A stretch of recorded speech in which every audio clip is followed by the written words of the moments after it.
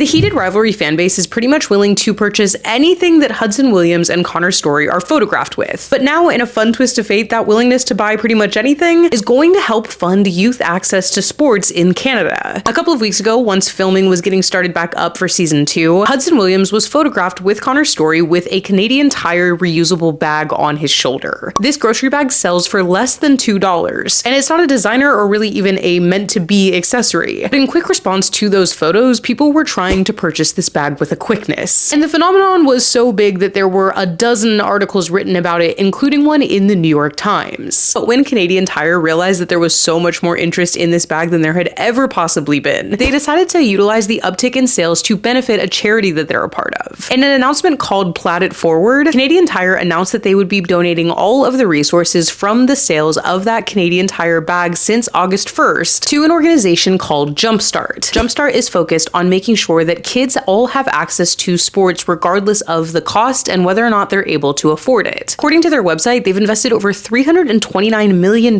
in making sports accessible for kids. Their resources have reached over 4.5 million children, and they aim to make sure that cost is not a reason that a child might not have a chance to experience sport. They not only have initiatives that are aimed at making sure that children get a chance to experience those sports, they also give grants and make investments in infrastructure around Canada to make sure there is more public access to sports.